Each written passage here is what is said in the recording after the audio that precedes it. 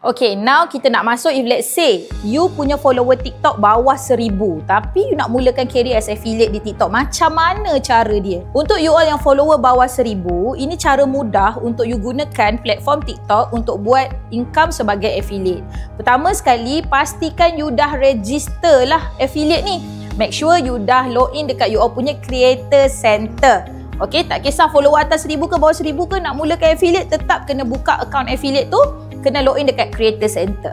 Dah settle login dekat creator center, step yang seterusnya ialah pergi dekat product marketplace ataupun boleh search je terus Olive House. Pergi dekat shop Olive House, apa you kena buat? You follow dulu shop. Follow dulu shop Olive House. And lepas follow shop, you all boleh pilih produk.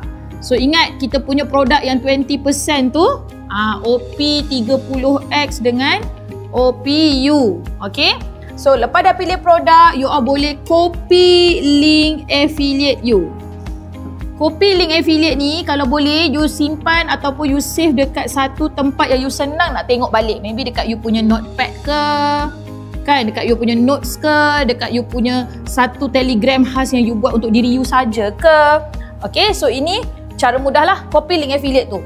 So macam mana nak start dapatkan sales? Macam mana nak mula buat sales? Dah settle register, dah settle setting, dah settle setup tadi, you dah boleh start buat content sebenarnya.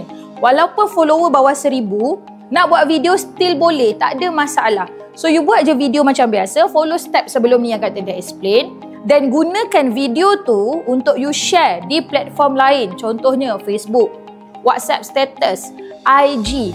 Buat konten, post dekat social media lain, dan dekat dalam copywriting tu you letak CTA untuk beli di bag kuning atau beli di TikTok you. Link affiliate you tu you letak sebagai CTA dekat dalam setiap posting yang you buat. Faham tak? Still buat video, still buat konten, tapi post dekat platform lain dan letak link affiliate untuk pembelian.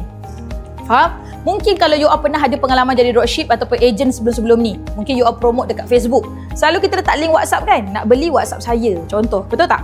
Tapi untuk affiliate yang bawah 1000 ni, kalau you all nak buat sale di luar platform, okay, buat video yang sama, buat je konten, tapi dalam copywriting tu, dekat hujung bawah nak beli, tekan link TikTok di bawah. Macam tu. Tak payah letak link WhatsApp, letak link TikTok you. Macam tu juga di status WhatsApp ataupun di story IG you, ataupun di grup-grup WhatsApp, di grup-grup Facebook. Buat konten macam biasa, letak copywriting, CTA bawah ialah link affiliate you. Itu cara macam mana you boleh buat affiliate walaupun follower you 1000. Okay?